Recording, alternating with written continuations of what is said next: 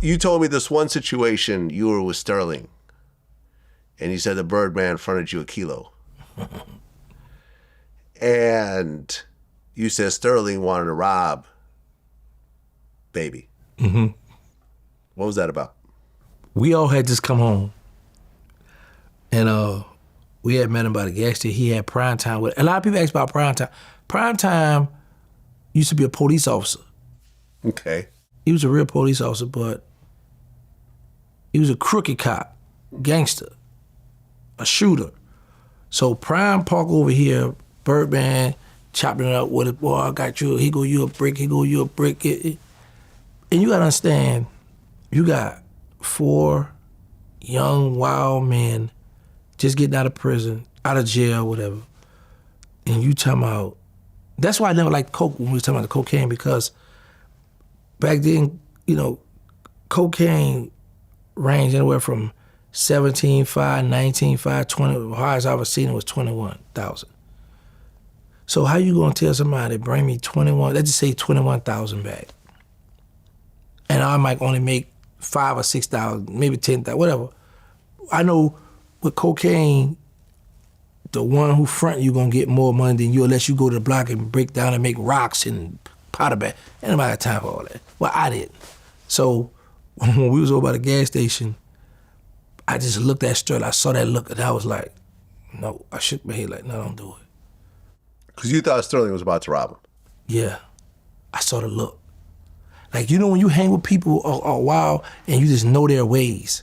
Yeah. And I just have a good gift for reading people, just looking at people. And I'm looking at him and I'm looking at the body language. I'm looking like, because you gotta keep in mind, if he giving us, all of us a kilo apiece, so we know he got more kilos in that car, he gonna drop off to somebody else.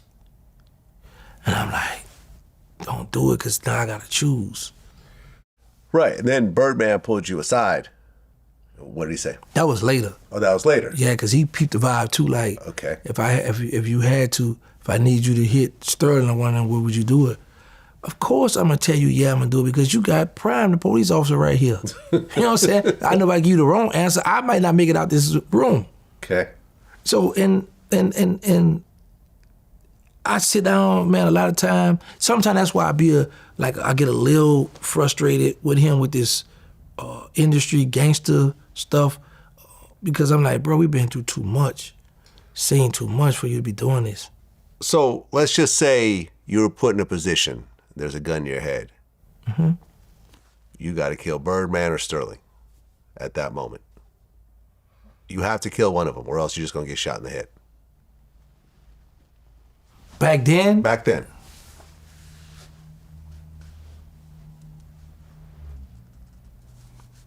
I would have hit Bird.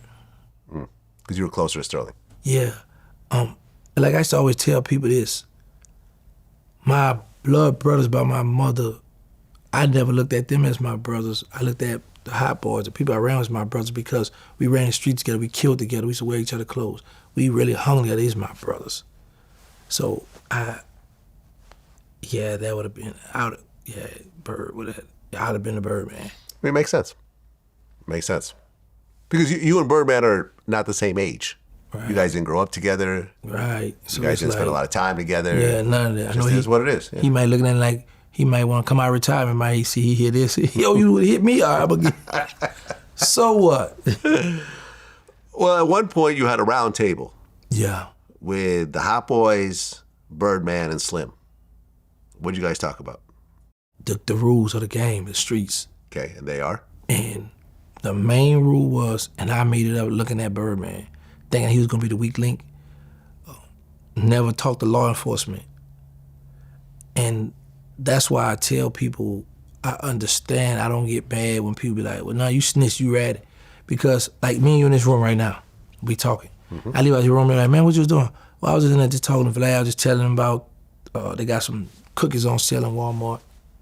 But I was telling you about the Snicker bars, milk, cookies, ice cream, cereal, all that stuff. So I don't know what really go on in an interrogation room. So one of my rules was never talk to law enforcement either. Don't even all that like we ain't never went through that interrogate. That stuff they doing now with we ain't never went through that stuff. When when the homicide came, got me from juvenile jail in 1992 of December. They brought me to the homicide division, brought me upstairs, set me down at that desk, and he say, he got that little typewriter. He said, hold up, before you get his statement, let me call your mother. And he said, he get a phone to me. I said, Mama, my mama's exact words were, tell him you don't want to talk, you want an attorney. I said, I don't want to talk, one lawyer. And man, so you booked with first degree murder, armed robbery. Yeah, man, so, you know, I was coached by my mother back then.